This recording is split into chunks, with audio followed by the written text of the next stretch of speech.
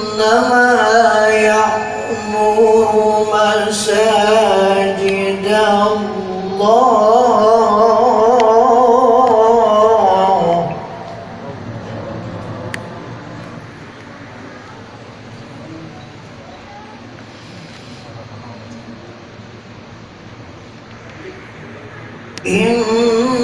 إنما يعمر مساجد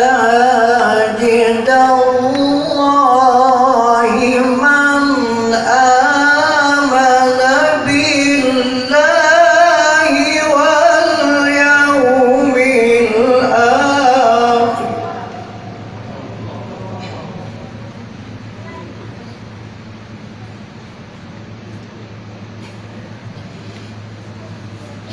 من آمن بالله واليوم الآخر وأقام الصلاة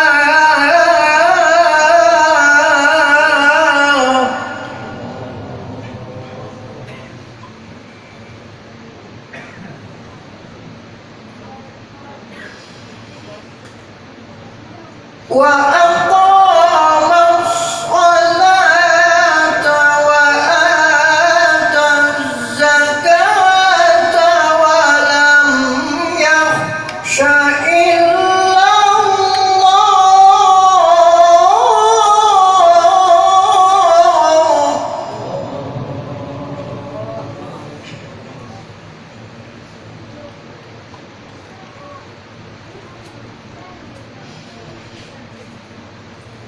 فعسى أولئك أن يكونوا من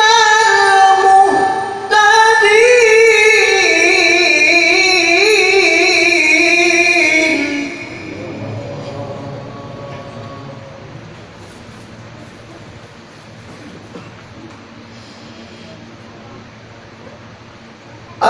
أجعلتم سقاية الحاج مع عمارة المسجد الحرام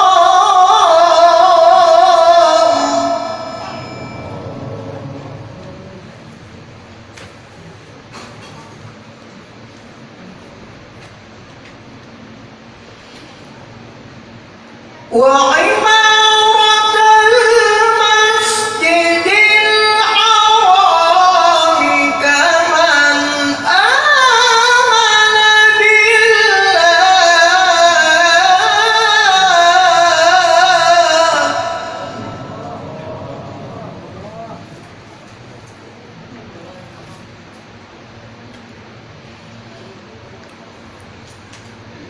كمن آمن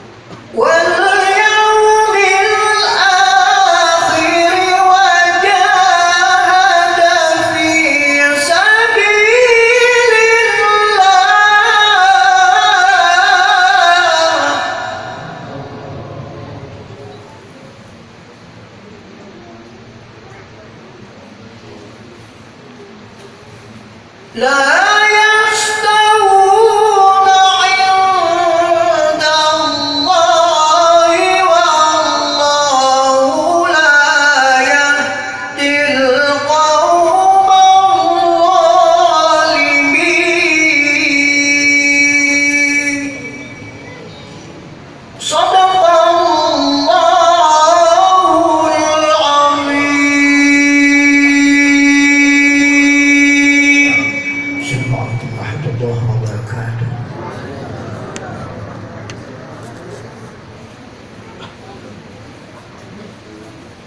Sadaqallahul azim wa sadaqa rasulul karim wa nahnu ala dzalika minasyahidin wa syakirin walhamdulillahi rabbil alamin. Marilah kita masuk ke acara berikutnya, yaitu acara yang kita nanti-nantikan, ceramah agama yang akan disampaikan oleh Sayyidil Habib Ad-Doktor Segaf bin Hasan bin Ahmad Al-Harun hafizahullahu ta'ala. Falyatafaddal mashkuran. Sallu ala Nabi Muhammad.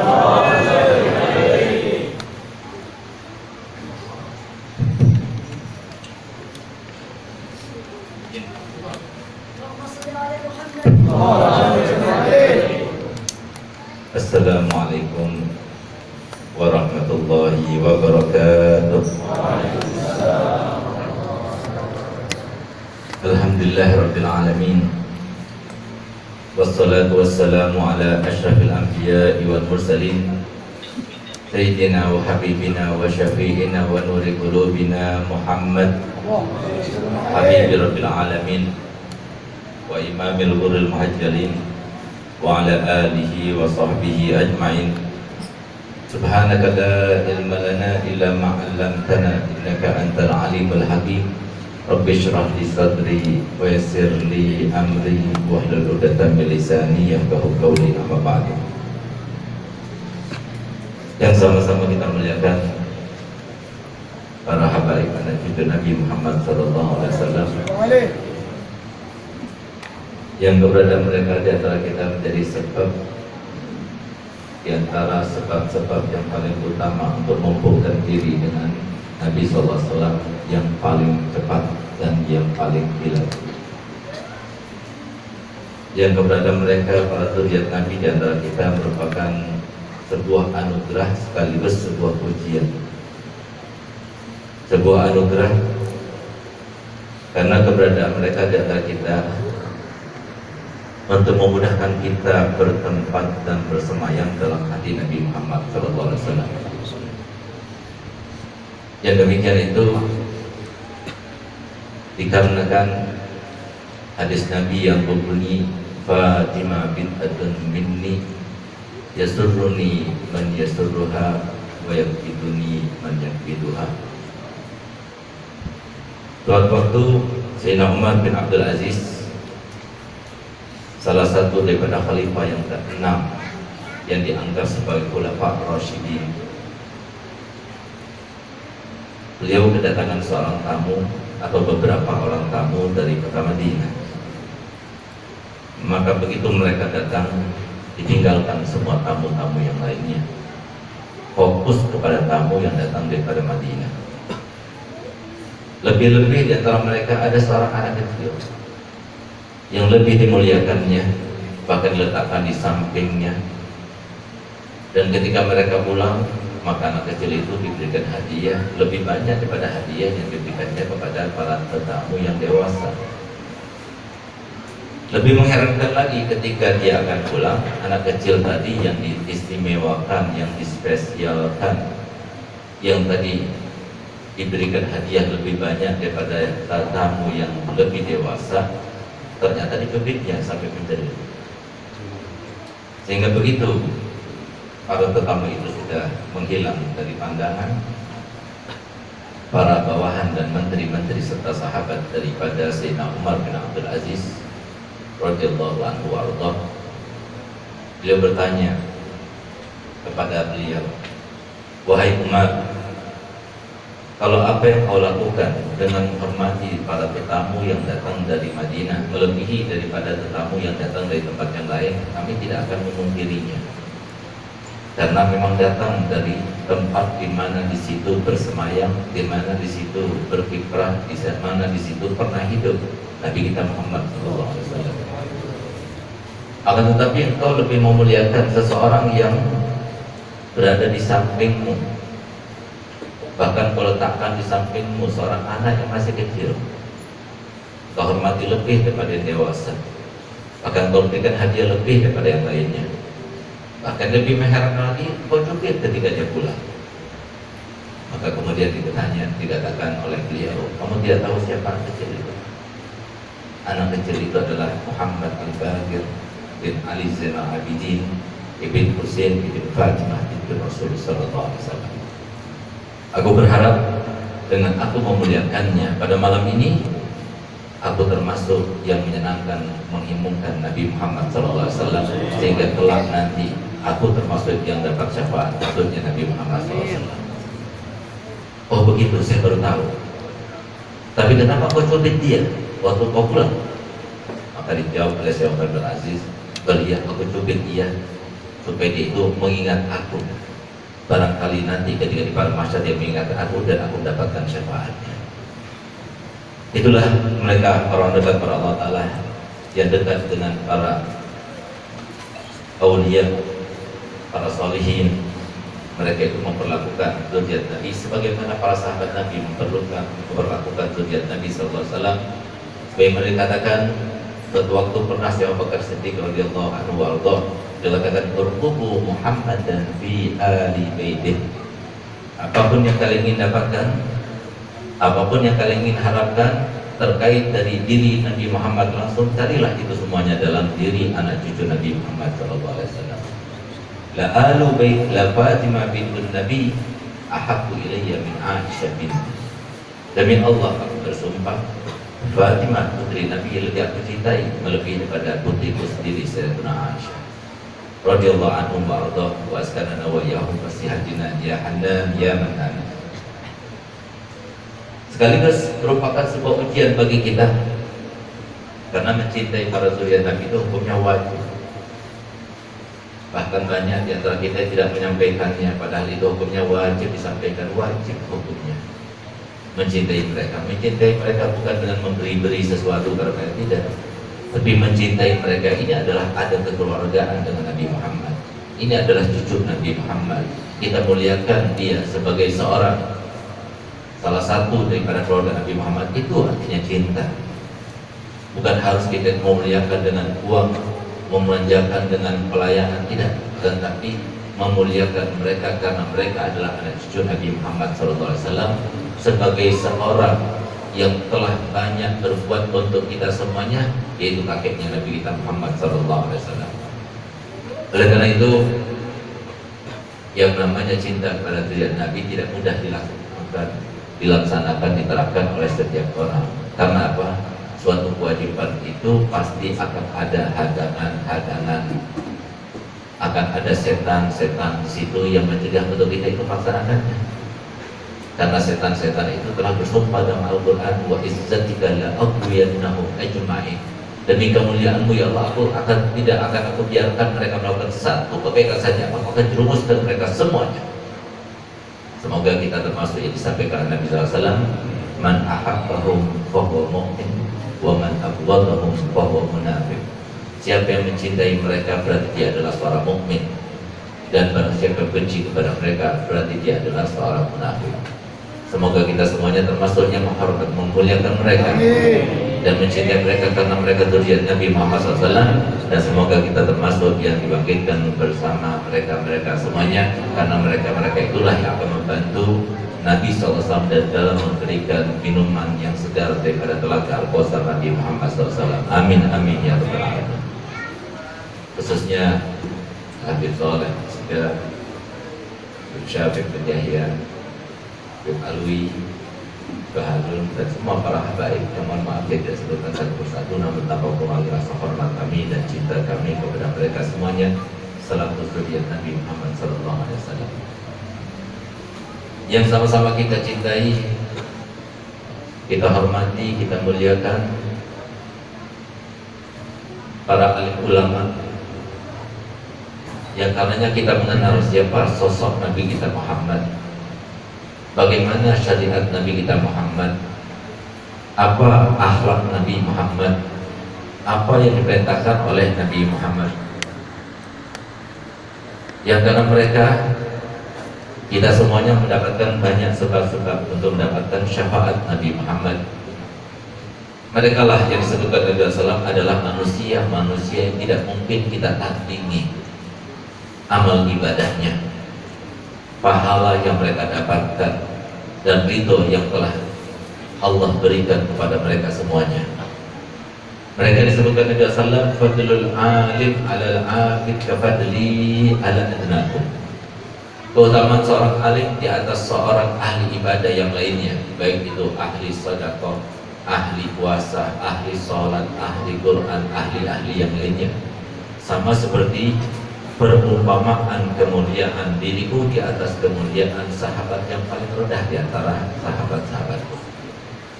Sehingga para ulama berkata, jangankan Nabi Muhammad SAW dibandingkan dengan sahabat yang paling rendah. Kita ambil contoh, dibandingkan Nabi SAW dengan sahabat yang termulia, yaitu Abu Bakar Siddiq radhiyallahu anhu. Setelah kita lipat gandakan sebanyak 1 juta kali lipatnya Abu Bakar Siddiq, bisakah menandingi Nabi Muhammad? Jawabannya adalah tidak. Itulah perbandingan antara ulama dengan para ahli ibadah yang lainnya. Karena Qaidah telah mengatakan setiap kebaikan yang menular kepada orang lain itu lebih baik daripada kebaikan yang hanya tertuju kepada dirinya saja. Sedangkan mereka, ilmu yang mereka ajarkan itu adalah sistem MLM yang sebenarnya. Bagaimana mereka tidak punya pahala yang banyak, bagaimana mereka tidak mempunyai jari yang banyak. Kalau seumpama di sini, di tempat ini ada yang mendapatkan kemuliaan berupa hidayah dan nasihat daripada para guru-guru yang mengajar dalam majelis ini setiap saatnya, maka guru yang mengajarkan itu di sini dia akan mendapatkan pahala sebanyak 20 hasanah. Guru-gurunya dapat 40 hasanah, guru-gurunya dapat 80 hasanah, guru-gurunya lagi dapat 160 hasanah, guru-gurunya lagi dapat 320 hasanah, dan begitu seterusnya. Bagaimana dengan Imam Syafi'i radhiyallahu anhu? Bagaimana dengan para sahabat Nabi SAW? Bagaimana dengan para anbiya dan para rasul? Oleh karenanya pantas kalau sahabat Abdullah bin Abbas radhiyallahu anhu dia katakan bahwasanya menafsiri ayat yang berbunyi yarfa'illahu alladhina amanu minkum walladhina utul ilma darajat. Sesungguhnya Allah mengangkat derajat orang-orang beriman di antara kalian dan orang-orang yang menuntut ilmu dengan beberapa derajat di atas derajat kalian semuanya. Dikatakan oleh beliau bahwasanya antara derajatnya Nabi dengan derajat ulama cuma 1 strip saja. Nabi lalu ulama, tidak ada strip-strip yang lainnya. Tapi dari ulama kepada ahli Quran, ahli sholat, ahli puasa, ahli ibadah yang lainnya, itu memerlukan atau stripnya itu atau derajatnya itu sebanyak 700 derajat. Jadi setelah Nabi alim, lalu alim, lalu alim, lalu alim sampai 700, baru 701 ahli Quran, ahli sholat, ahli akhlak. Padahal antara 1 derajat dengan derajat yang berikutnya itu memerlukan waktu jarak tempuh selama 500 tahun lamanya. Sehingga dikatakan oleh para ulama, kalau kita ingin menandingi derajat para ulama dalam kebaikannya, maka diperlukan umur selama 3.500 tahun umur beribadah, bersedekah, membaca Quran, sholat dan sebagainya, baru kita bisa menandingi para ulama. Bayangkan, ulama itu setiap mengajar, lalu ada satu orang yang mendapatkan nasihat daripada pengajarannya si guru itu, maka pahalanya itu seperti sedekah dengan sebaik-baiknya kendaraan pada zamannya Nabi. Disebut sebaik-baik kendaraan itu adalah unta merah.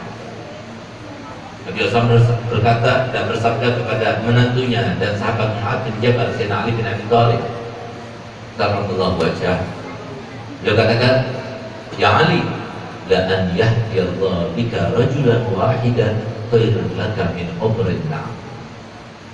Wahai Ali, kalau seumpama ada seseorang yang mendapatkan hidayah melalui diri kamu, 1 orang saja, 1 hidayah saja, 1 kesadaran saja dia dapatkan di dalam majlis, di dalam ketika engkau mengajar, ketika engkau berdakwah, ketika engkau bernasihat, maka itu lebih baik pahalanya daripada bersedekah dengan sebaik-baik kendaraan. Di zamannya Nabi itu adalah unta merah. Sekarang sebaik-baik kendaraan sekarang yang ada di Indonesia, ada mobil namanya Lamborghini, itu harganya itu 26 miliar. Berarti setiap guru-guru itu mengajar, sekali mengajar dia itu seakan-akan sedekah dengan 26 miliar rupiah. sehingga bagaimana mungkin akan ditandingi pahalanya. Tapi yang lebih beruntung siapa? Yang lebih beruntung adalah yang buat majelis itu. Yang lebih beruntung itu adalah yang mendanai majelis itu. Yang lebih beruntung adalah mereka yang mengadakan majelis, yang mentaksis majelis, yang mendanai dan memberi makan minum mereka yang hadir dalam majelis. Itulah yang paling beruntung. Kenapa? Karena mereka lah yang dikatakan oleh Nabi SAW adalah orang-orang yang pertama kali nanti akan masuk surga. Semoga Haji Saiful Bait Mursyid dan keluarganya termasuk yang masuk surga duluan. Karena beliau lah, karena berkat beliau kita ada majelis, berkat beliau ada maulid, berkat beliau ada sholawat, berkat beliau ada habaib yang masuk datang sini, berkat beliau ada guru-guru yang datang ke tempat ini. Bahkan ada satu orang yang bermimpi Nabi SAW akhir-akhir ini, di mana orang soleh itu bermimpi Nabi dan Nabi berkata kepadanya, yang paling aku himungkan dari umatku di akhir zaman ini adalah memberikan makan umatku makanan jasmani dan memberikan makan umatku makanan rohani. Semuanya bersatu di dalam Haji Mursyid. Diundang para guru memberikan makan rohani. Beliau sendiri beli ini itu dan sebagainya, kasih makanan buat kita semuanya. Makanan jasmani dan makan rohani dikumpulkan. Semoga beliau termasuk disayang oleh Nabi Muhammad SAW, dipanjangkan umurnya, dimudahkan segala urusannya, ditambah berkah harta bendanya, dan semoga keluarganya semuanya sampai keturunannya sampai hari kiamat termasuk yang berada di dalam syafaatnya Nabi Muhammad SAW. Amin ya rabbal alamin. Khususnya yang saya muliakan Guru Juliansyah, Guru Fitri, Guru Subhan, dan semua para guru-guru yang lainnya. Tidak lupa kepada Habib Hanafi yang hadir, dan mohon maaf kalau seumpama ada guru yang tidak disebutkan, tanpa mengurangi rasa hormat kami kepada mereka semuanya selaku penyambung lidah Nabi kita Muhammad SAW. Saudara-saudari kami kaum muslimin, kaum muslimat rahimakumullah. Pantas kalau Imam Syafi'i itu berkata begini,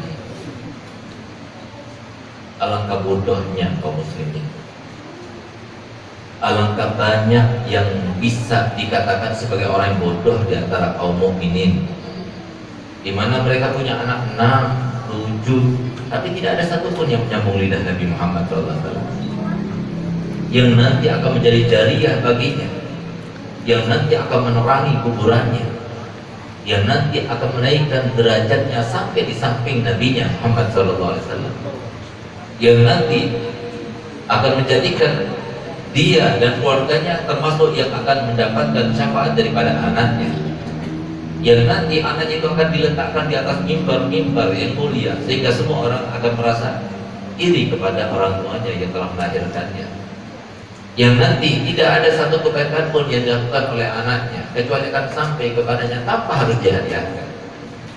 Oleh karena beliau katakan, kalau kita punya anak kita mau dijadikan apa, itu pilihan. Terserah orang tua mau pilih mau jadi apa anaknya. Mau jadi presiden bisa, mau jadi ulama bisa, mau jadi begal juga bisa, mau jadi Fir'aun zamannya juga bisa, mau jadi apa saja bisa, tergantung orang tuanya. Kenapa? Anak itu kata Nabi Muhammad, kullu mauludin yuladu 'alal fitrah fa innama abawahu yuhawwidanihi aw yumajjisanihi. Setiap anak itu dilahirkan dalam keadaan putih bersih, dilahirkan dalam keadaan suci, tidak ada nodanya.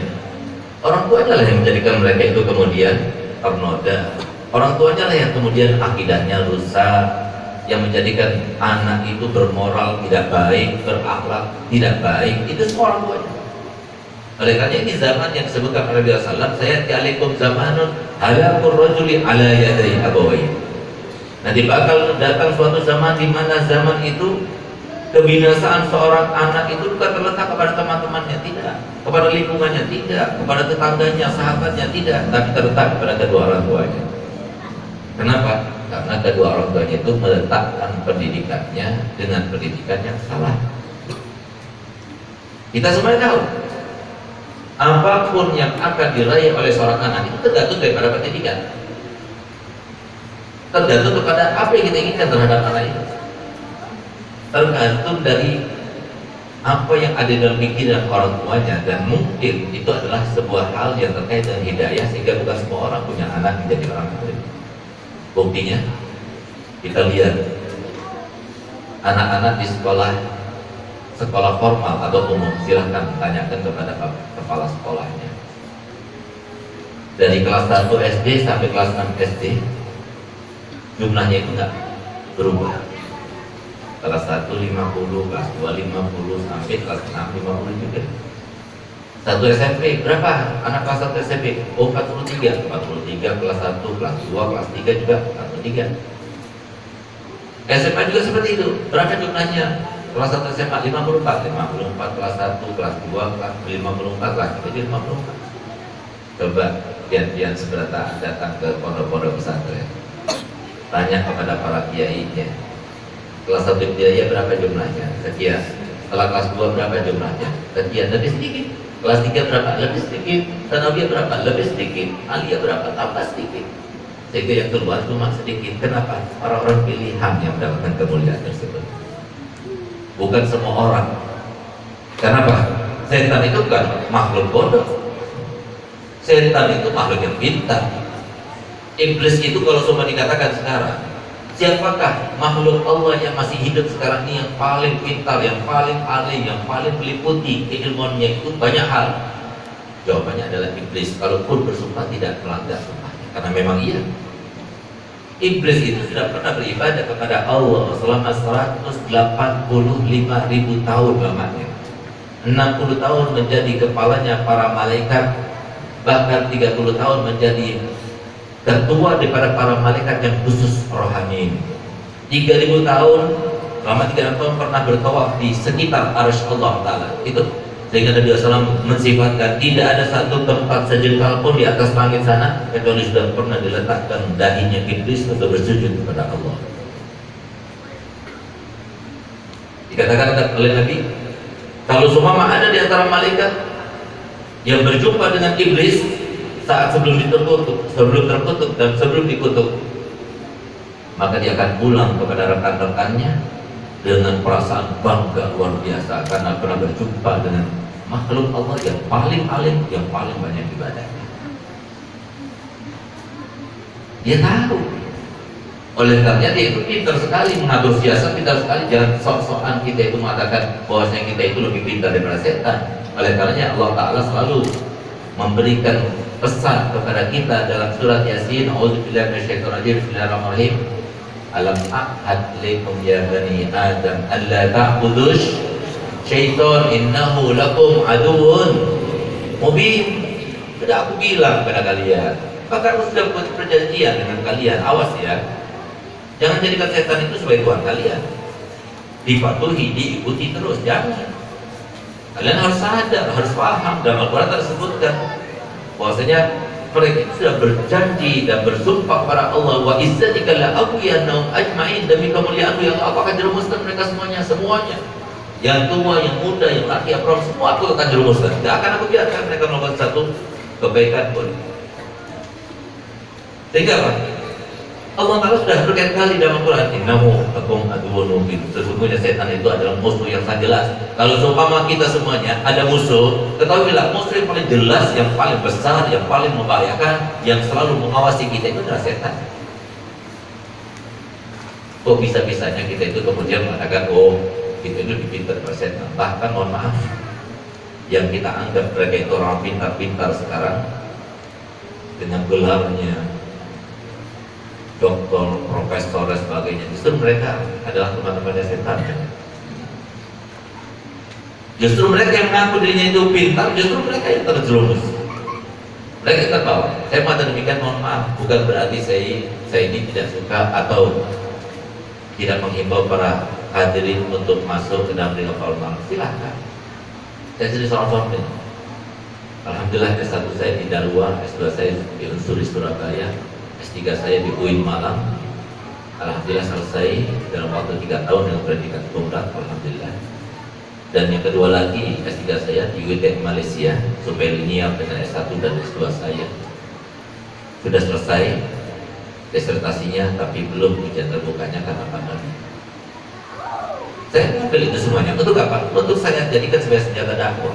Kalau saya mengatakan demikian tadi, dengan mengatakan dan menyampaikan serta membawakan apa yang disampaikan oleh Imam Ghazali dalam kitab Ihya Ulumuddin, di mana beliau katakan, "Wala yaslamu hina idzin minal fitani illa man ahya qalbahu bil ilm."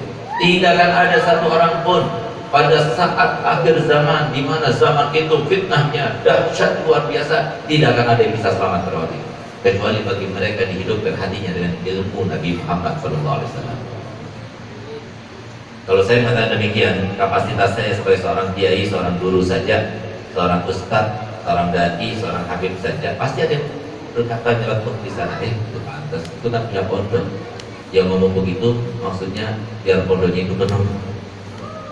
Tapi kalau saya sendiri seorang rektor, alhamdulillah saya sendiri rektor di AI Darwa. Saya sendiri seorang kiai, saya sendiri seorang dai, seorang habib, seorang ustadz, mau bilang apa? Hanya bawa senjata dakwah saja. Memang saudaraan ada untuk mengajar sebagai guru besar, sebagai PNS, saya nggak mau. Bukan itu saya selama 2 tahun kuliah pakai celana panjang, pakai baju kemeja, pakai sampah hitam dan sebagainya. Dan alhamdulillah selama 2 tahun saya kuliah, saya tidak pernah absen, cuma sekali ketika saya dakwah di Hong Kong saja. Saya hadir terus. Semuanya saya berkorban untuk dakwah, untuk memberikan sebuah keyakinan kepada bapak-bapak, ibu-ibu yang sekarang ini sedang banyak dibungul-bungulin sama setan.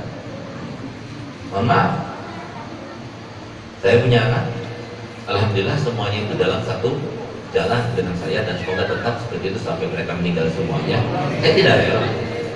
Saya tidak rela memberikan jalan kepada mereka dengan jalan yang susah, jalan yang menyedihkan. Sehingga saya pantas kalau semua saya punya abah. Saya masih ingat dulu ketika saya pulang dari Madinah, saya masih dapat gaji, ini barokah, 1 bulan dikasih 250.000. Sehingga saya setiap kali abah saya ngasih duit itu bilang, simpen ya, nanti bisa umroh. Saya ketawa dalam diri saya, 250.000 umroh, gimana mungkin? Subhanallah, ternyata apa? 1 tahun setelah itu saya sudah umroh. Hampir setiap tahun saya umroh. Nah, disalahkan oleh saya itu almarhum. Suatu waktu saya pernah membeli 1 kodi gamis untuk dijual lagi. Ketika saya menurunkan dari mobil, kelihatan sama saya punya apa. Sehingga kemudian abah saya bertanya, itu apa itu? Itu gamis. Kok banyak? Dia mau dijual lagi. Berapa kamu jual? Sekian. Saya beli semuanya, tapi jangan diulang lagi, cukup sekali. Abi ini pengalaman. Jadi pedagang pernah, jadi politikus pernah, jadi memimpin ormas juga pernah. Bahkan Hamzah Has itu pernah jadi sekretaris beliau ketika beliau di Partai NU pada waktu itu. Tapi tidak ada jalan seperti jalan yang sekarang Abi jalani ini sebagai seorang guru, tidak. Abi tidak mau, Abi tidak rela kalau seumpama kalian hidup seperti susah dulu seperti Abi, tapi Abi pengen kalian semuanya itu seperti hidupnya Abi sekarang, enak. Sehingga apa kata Allah Ta'ala kepada dunia? Ya dunia, uhdumi man khadamaki wastahdimi man khadamaki. Uhdumi man khadamani wastahdimi man khadamaki. Wahai dunia, jadilah engkau pelayan bagi siapa yang melayani aku, dan jadikanlah pelayan bagi siapa yang mencari-cari kamu. Subhanallah, kita lihat tanpa terasa, tanpa sadar, memang benar Allah Ta'ala memberikan suatu keadaan itu dengan keadilannya, karena memang Allah Maha Adil.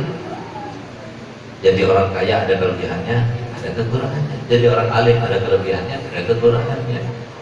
Tapi kalau kita melihat kelebihan-kelebihan dengan pandangan mata yang nyata, maka tentunya kita akan memilih untuk anak-anak kita semuanya untuk menjadi orang alim.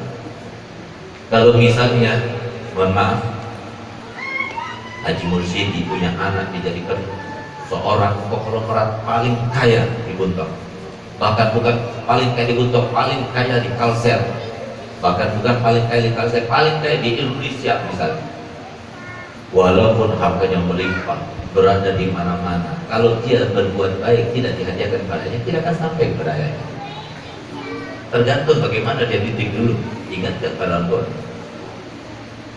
Kalau seumpama Haji Mursyid ini termasuk yang mendapatkan hidayah dekat kepada ulama, dia akan setiap bikin majlis pada malam ini, seperti pada malam ini, dia akan hadiahkan pahalanya untuk orang tua. Dengan begitu, dia akan dapatkan pahala 7 kali lipat, dan yang pahala yang sampai pada tuanya tetap 10 hasanah. Tapi kalau dia nggak dekat dengan ulama, tidak ada yang memberitahu kepada dia, maka tentunya dia akan dapat 10 hasanah saja, nggak dapat 7 kali lipat. Karena pahala daripada berbakti para orang tua itu sampai dilipat gandakan, karena Allah cinta kepada mereka yang masih ingat kepada orang tua. Itu kalau punya harta. Oh, misalnya anaknya dijadikan presiden, jangan pejabat jadi bupati Bontok saja, tapi presiden misalnya, tetap apapun yang dilakukannya, dikatakan seorang presiden, seorang bupati, seorang pejabat, itu pahalanya itu setiap hari seperti seakan-akan itu beribadah selama 60 tahun namanya. Tapi kalau nggak dihadiahkan pahalanya para tua, nggak sampai para tua. Beda dengan para guru-guru yang kita muliakan ini. Mereka bersedekah, mereka berakhlakul karimah, mereka berdakwah, baik dakwah secara lisan, dakwah secara hal, menampakkan akhlaknya yang baik. Mereka mengajar, mereka bertasbih, mereka sholat, semuanya sebelum dicatat di amal kebaikannya dikirim dulu di catatan amal kebaikan orang tuanya secara otomatis. Itulah makanya Imam Syafi'i mengatakan bodoh ya orang muslim punya anak 7, punya anak 5, tidak ada satupun yang menjadi penerus penyambung lidah Nabi Muhammad. Semoga kita bukan termasuk orang bodoh. Kalau termasuk yang orang bodoh, dikata bodoh jangan malu. Kenapa? Berarti kita dibungul-bungulin sama siapa? Setan itu. Sudah dikatakan Anda takbudu syaitan innahu lakum aduwwun mubin. Al-Habib Ahmad bin Umar bin Smith radhiyallahu anhu warḍah, sebagai itu mau hadir, beruntung yang bikin majelis ini, beruntung yang mimpin majelis ini, beruntung yang mengisi acara di majelis ini, beruntung MC-nya juga beruntung. Lihat aja wajahnya kayak mau nangis terus, masya Allah. Jadi ikhlasnya dari hatinya, beruntung insya Allah, beruntung dunia, beruntung akhirat. Yang nasyaid semuanya beruntung. Kenapa? Karena majlis semacam ini, bagaimana dikatakan oleh Habib Ahmad bin Mas'ud, la syai'a kal ilmi qattu siru ilaihi wa huddu fi majlisil ilmi sirrun bihil wizru anna tuhattu man yatlubul ilma yahtu bi rutbatin la tuhattu ya jahilan badra husma ma islahu gattu wa rizqu yatika sahlan wa in amma bin nasi gattu. Perhatikan, bagus kan? Artinya kan? Perhatikan ya? Kok cuma diam-diam saja tak mampu? Saya pikir berhenti. Jadi apa kata beliau? Nggak ada sesuatu seperti ilmu, nggak ada. Nggak ada. La syai'a kal ilmu qattu. Tidak ada satupun yang seperti ilmu. Punya harta benda, punya jabatan, punya apa saja, tidak ada yang seperti ilmu. Kenapa? Siru ilaihi wa huddu. Hendaknya kalian itu semuanya serempak pergi untuk mencarinya.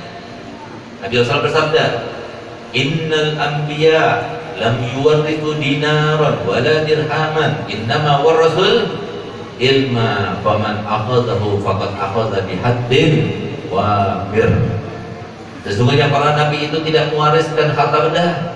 Seperti sahabat Abu Hurairah, dia itu berteriak di pasar, kenapa kalian masih di toko-toko?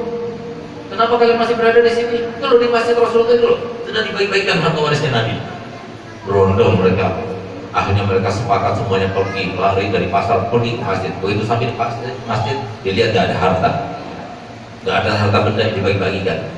Marah mereka itu kembali pada Abu Hurairah, kamu bohong, sahabat Nabi bohong. Kamu katakan ada harta waris yang ditinggalkan, diwariskan, dibagi-bagikan. Ternyata kami datang semua ke masjid, gak ada apa-apa. Apa yang di dalam masjid ke sahabat Abu Hurairah? Gak ada kecuali orang yang ngajar dan orang yang ngajar. Itulah warisannya Nabi Muhammad SAW. Itu lebih baik daripada pasar dan seisinya itu. Nah ini katanya, wal rizqu yatika sahlan wa in amma bin nasi. Dan rezeki yang namanya rezeki itu datang kepadanya secara bertubi-tubi, nggak capek kita dapatkannya. Walaupun pada saat itu sedang musim paceklik, bagi mereka tidak ada musim paceklik. Berkat apa? Berkat dia itu mengabdi kepada Allah, sehingga dunia pun juga ikut mengabdi kepada dirinya. Tapi bukan semua ulama yang mendapat semacam itu. Ulama yang benar-benar mengamalkan dengan keilmuannya, ulama yang benar-benar mengikuti tuntutan keilmuannya, di antaranya adalah seperti dikatakan oleh Imam Ibn Hajar, ulama adalah para aulia. Kalau mereka itu tidak ada hasad dalam hatinya, maka niscaya mereka itu setiap ulama pasti keluarkan karomah. Karena apa? Kalau bukan ulama, para aulia siapa lagi? Bahkan Nabi SAW mengatakan, "Mattakhadallahu waliyan jahilan." Tidak pernah Allah Ta'ala mengangkat seorang wali dari kalangan orang bodoh, itu tidak pernah. Kalau seumpama terpaksa mengangkat seorang wali dari kalangan orang bodoh, pasti akan diajari dulu, baru diangkat jadi wali. Artinya apa? Syarat utama kalau mau jadi wali, Pak, mau nggak jadi wali? Wali murid sudah, wali santri ya, tinggal apa? Wali Allah, kekasih Allah. Yang bilang, oh nggak mungkin saya bisa, gimana caranya? Ajar majlis taklim. Nggak ada cara lain, nggak ada cara lain. Karena kalau bapak-bapak mau modal dulu ya sudah kaset Pak. Kalau anak-anak bapak belum, tapi kalau bapak-bapak belum kaset. Bisa aja majlis taklim, perbanyak aja majlis taklim. Ajar majlis taklim katanya Abi Ahmad bin Atas dalam keadaan penuh dosanya, banyak keapesannya, banyak problemnya. Begitu hadir majlis taklim, dapat rahmat yang Allah turunkan di tempat itu, dia pulang dan keadaan diampuni dosanya, dalam keadaan semua permasalahan dimudahkan Allah Ta'ala, dalam keadaan tadi yang termasuk ahli apes akhirnya beruntung. Yang dagang sarang burung beruntung, berkah. Yang punya sarang burung berkah. Yang punya toko emas berkah. Dapat yang terjadi mursidi berkah. Karena Nabi SAW sudah mengatakan dalam hadisnya, "Mana qasala malun min sadaqah bal yazdad tidak akan berkurang." Kapan lagi kita akan berubah? Tapi pertanyaannya kenapa? Kok hanya Haji Mursidi ya, dan juga para guru-guru yang lainnya, para haji yang lainnya yang buat majelis? Kenapa kok orang lainnya tidak? Ada yang sarang burungnya sampai 20 kilo, 50 kilo, tapi nggak mau majelis taklim. Kenapa? Jawabannya adalah karena mereka berada di dalam kategori ayat yang disebutkan oleh Allah Ta'ala, di mana ayat itu selalu diwanti-wantikan oleh para setan ketika mereka membuat diklat kepada setan-setan yang lainnya yang akan masuk menjerumus ke dalam diri kita untuk menjerumuskan kita itu. Itu setiap hari itu ada diklatnya setan. Mereka berkumpul, gimana caranya nih? Ini Habib gimana caranya? Ini Ustadz gimana caranya? Ini si pedagang gimana caranya? Itu semuanya didiklatkan itu. Mereka punya pengalaman yang sangat luar biasa, ribuan tahun, ribuan nabi, 24.000 nabi sudah dijerumuskan, sudah pernah digoda, ribuan umat, jutaan umat, bahkan miliaran umat sudah pernah digoda. Sehingga pengalaman yang hebat itu yang mereka punya itu diterapkan, didiklatkan. Gini loh caranya, gini loh caranya, gini loh caranya. Lalu kita katakan bahwasanya, oh gampang, mudah itu. Sementara setannya, iblisnya selalu membuat diklat, kita nggak pernah hadir ke pengajian, kita nggak pernah belajar. Bagaimana mungkin kita akan selamat? Nah, akhirnya terjerumus menjadi orang kaya nggak berkah, jadi pejabat yang nggak berkah.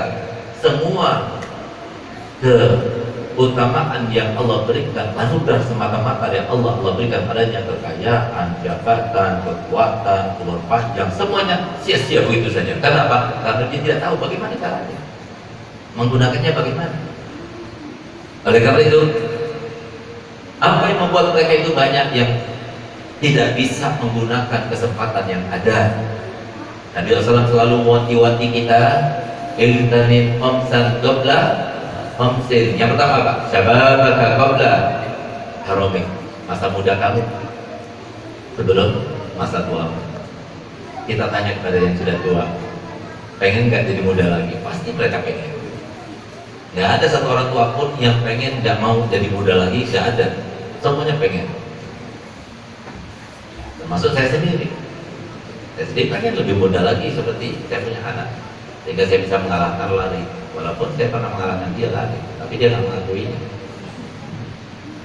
Nah, kenapa saya ingin muda lagi? Coba saya muda seumur dia masih kalah. Karena saya waktu umur seumur dia, berat saya cuma 54 kilo, nah dia 84. Jadi saya pasti bisa kalahkan dia. Setiap orang tua itu pasti berkata begitu, ingin beranak-anak.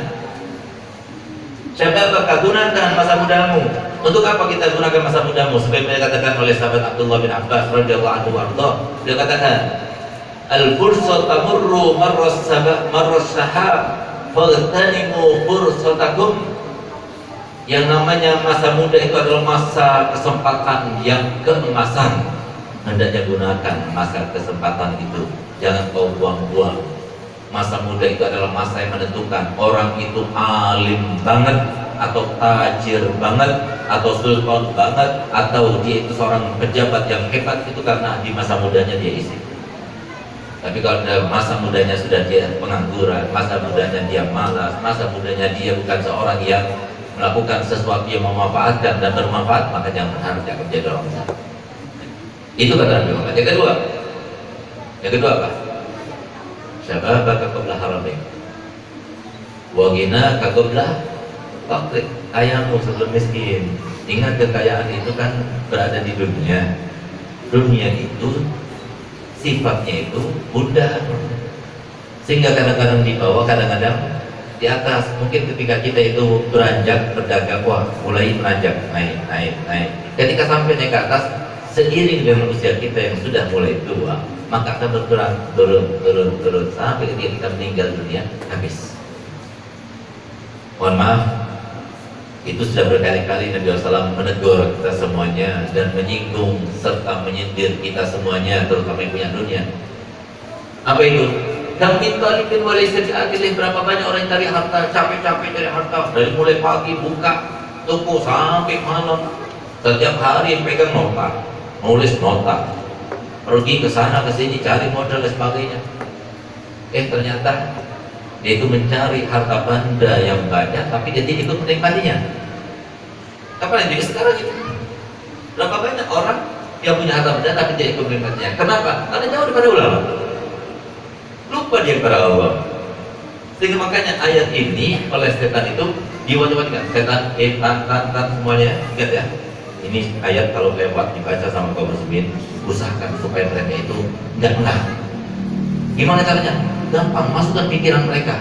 Ingatkan utang, ingatkan cewek yang tadi kelihatan di jalan tuh. Ingatkan apa saja yang kira-kira dia nggak ingat waktu baca ayat itu. Nah, makanya saya ingatkan sekarang ini, jangan lupa sampaikan kepada orang tua, sampaikan kepada saudara, sampaikan kepada anak-anak ini loh, yang menjadi sebab kita ini tidak bisa menggunakan kesempatan yang ada. Jangan bilang bahwa Allah Ta'ala itu tidak adil. Allah Maha Adil. Jangan kita katakan bahwa hanya Haji Mursyidi yang beruntung dengan kekayaannya dia itu bisa membuat majelis. Tidak, semuanya beruntung. Cuma dia itu tidak bisa menggunakan kesempatan yang ada. Sehingga lihat bagaimana apa punya ayat itu, wala takunu kalladzina nasullaha fansahum anfusahum. Jangan pernah kalian menjadi orang yang lupa kepada Allah. Jangan pernah kalian menjadi orang yang lupa kepada Allah.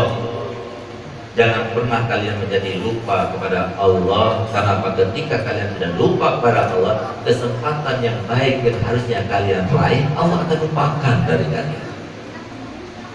Punya harta benda banyak, kan digunakan. Kan harta benda itu digunakan dekat pada ulama. Ada ulama bangun pondok, bantu.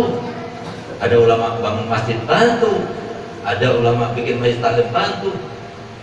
Kalau bisa, jadilah seperti Sayyidina Abdullah bin Mubarak, di mana Sayyidina Abdullah bin Mubarak ini adalah sebuah percontohan bagi orang kaya sekaligus orang alim. Dia alim juga, tapi dia tajir juga. Dia seorang pedagang yang kaya raya. Paling kayanya orang kaya di Baghdad beliau, tapi paling alimnya orang alim beliau juga. Itu luar biasa. Di mana beliau telah menghajikan untuk Nabi SAW sebanyak 1000 kali haji. Berapa kali kita telah menghajikan Nabi Muhammad?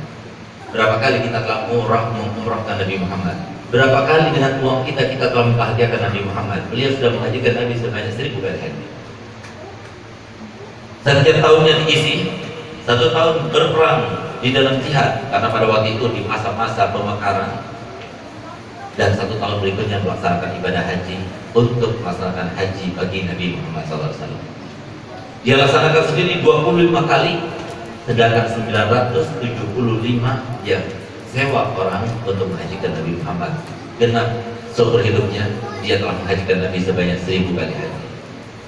Sehingga suatu waktu ketika beliau itu sedang melaksanakan ibadah haji pada tahun itu harusnya berangkat untuk berhaji, maka beliau berangkat bersama orang disewanya untuk melaksanakan haji bagi Nabi Muhammad SAW.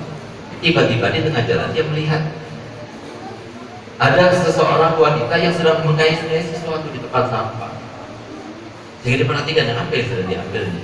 Ternyata dia sedang memotong-motong, mengambil bagian daripada seekor bangkai yang diharamkan untuk kita makan. Maka kemudian dia datang sebagai ulama, ditegur,nya dan dikatakan, kamu muslimah? Iya. Kamu tidak tahu kalau semua makan bangkai itu hukumnya haram? Apa jawaban dia? Bagi saya tidak haram, bagi kalian haram. Kenapa demikian? Saya ini adalah seorang kuliah Nabi Syarifah, seorang janda, mempunyai 4 anak perempuan. Kami sudah tidak makan 3 hari 3 malam. Menangis, sedih sedang berbarak. Ada cucunya Nabi yang sampai terbiarkan, terabaikan, tidak makan.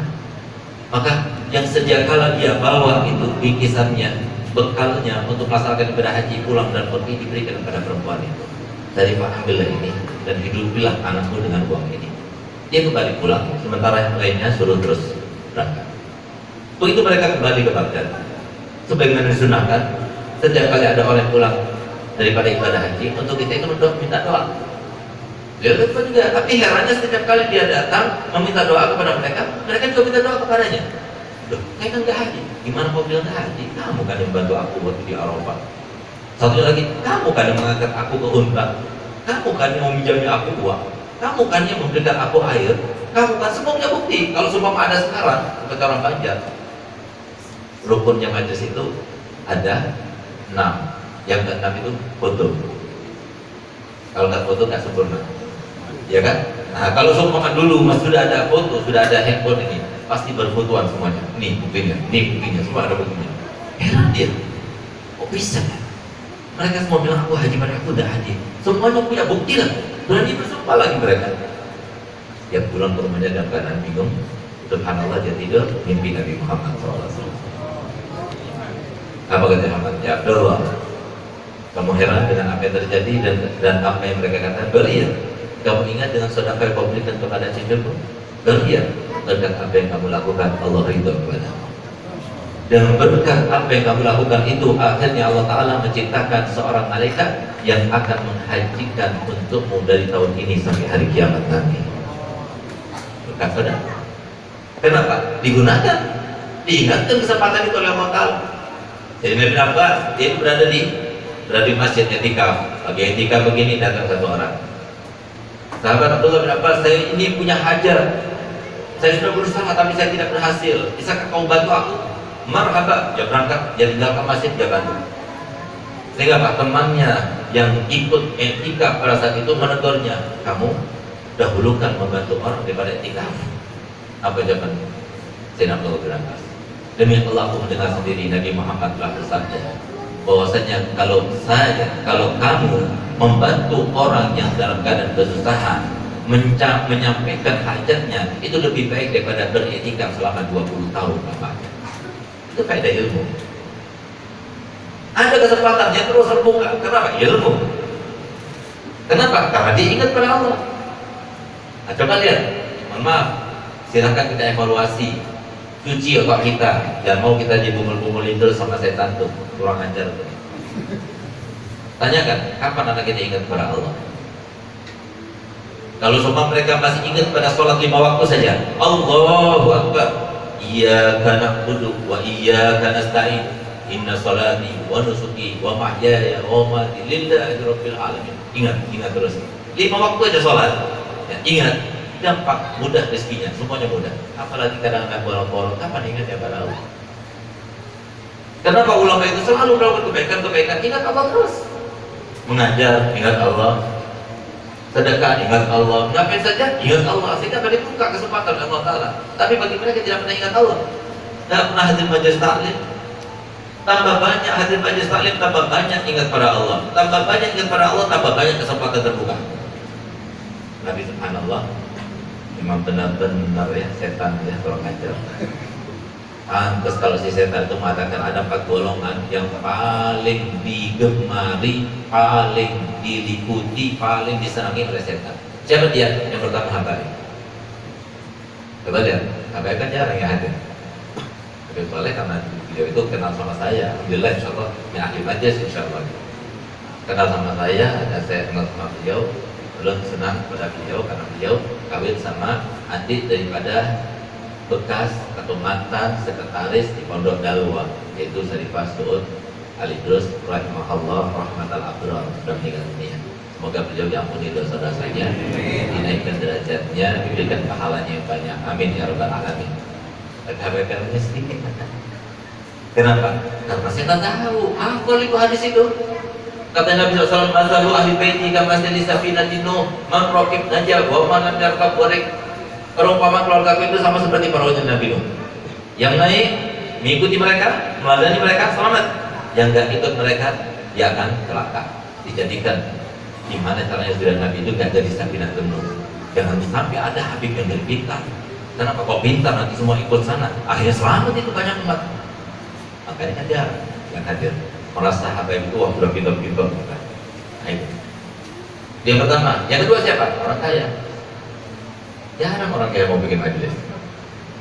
Alasannya saya kan sudah bantu. Dia kalau bantunya banyak. Padahal ada satu orang ya, dia itu pintu rumahnya saja itu terbuat dilapisi emas.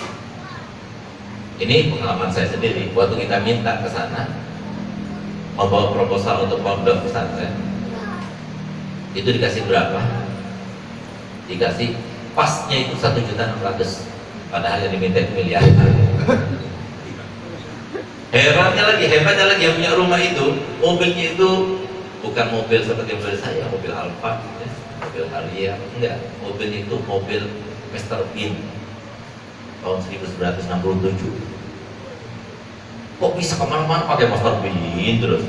Saya tak pernah senang dengan mobil kuno, kok bisa mereka senang gitu?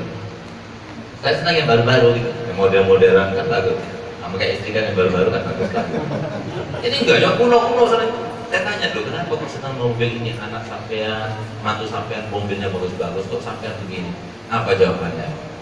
Enggak, dia tidak lalu kepikiran dia. Maksudnya, ya kalau bentur-bentur kan murah, bentur-benturkannya, masya Allah, kasihan deh. Sampai kesempatan untuk dirinya dilupakan sama si setannya, kurang ajar.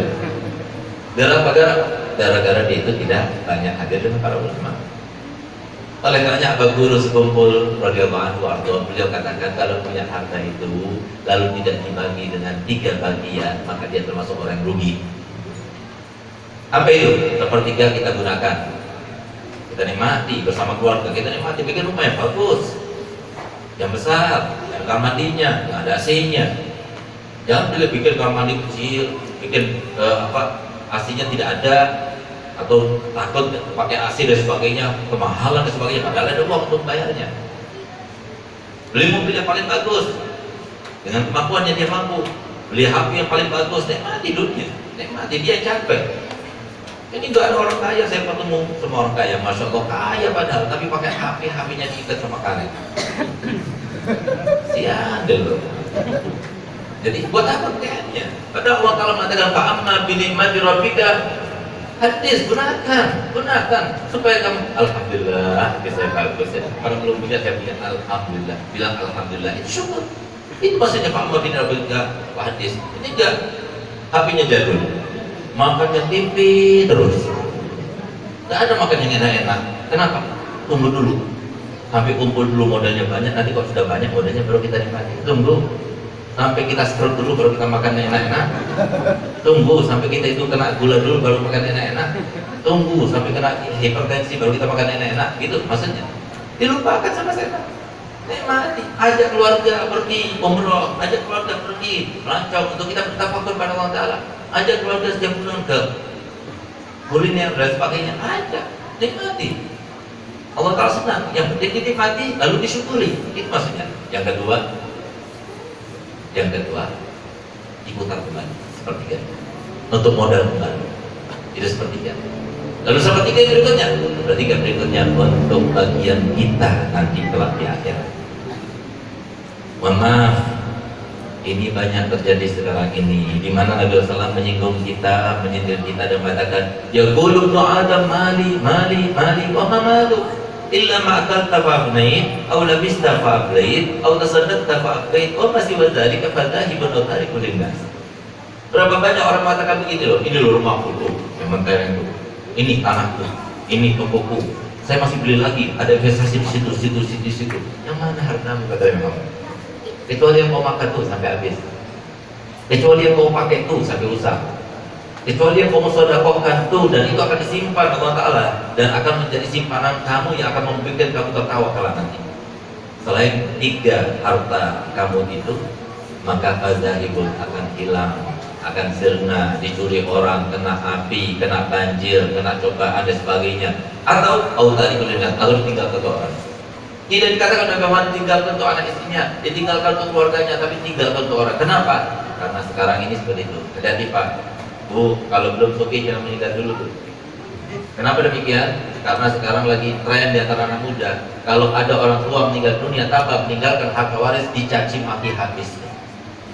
Biar ibu-ibu tahu ya sebelum mati, kalau ibu mati, bapak-bapak mati, memang anak istri itu sekelilingnya sambil nangis, tapi di hatinya itu terpikirkan berapa kira yang saya dapatkan dari itu. Kurang ajar nggak? Ya itu, makanya Nabi SAW tidak mengatakan anak istri, kerabat, tidak, ahli waris tidak. Oleh karena itu, ayo yang mau senang hidupnya, yang mau bahagia hidupnya, yang mau ingat tentang kesempatan yang Allah berikan kepadanya, ayo dari sekarang hadir majelis taklim. Tambah banyak hadir majelis taklim, tambah banyak kesempatan kita akan hidupkan. Tambah banyak majelis taklim, maka kita akan mendapatkan tambah banyak pahala yang kita dapatkan.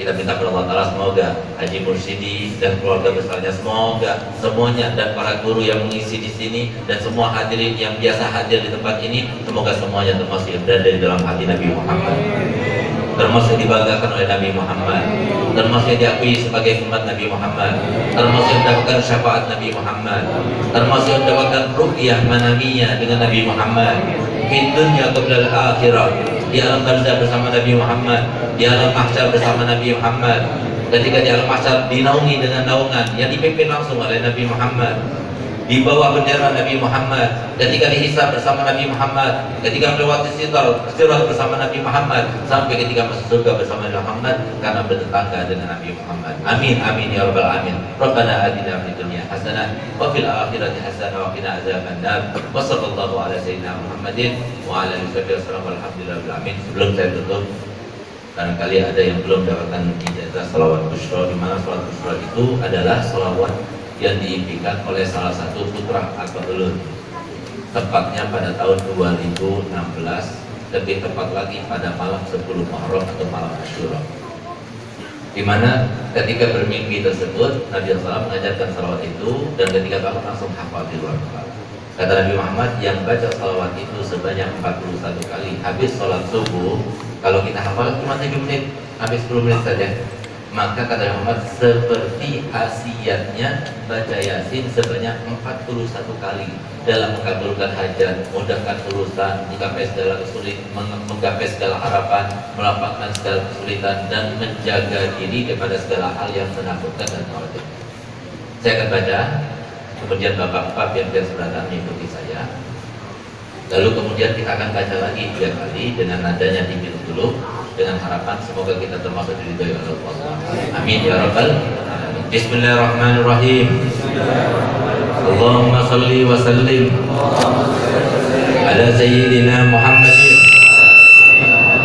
sahibil busyra salatan tubashshiruna biha wa ahlana wa auladana wa jami'a masyayikhina wa muallimina wa talabatana wa talibatina min yaumina hadha ila yaumil akhirah. Bismillahirrahmanirrahim. Allahumma salli wa sallim ala sayyidina Muhammadin sahibil busyra salatan tubashshiruna biha wa ahlana wa auladana wa jami'a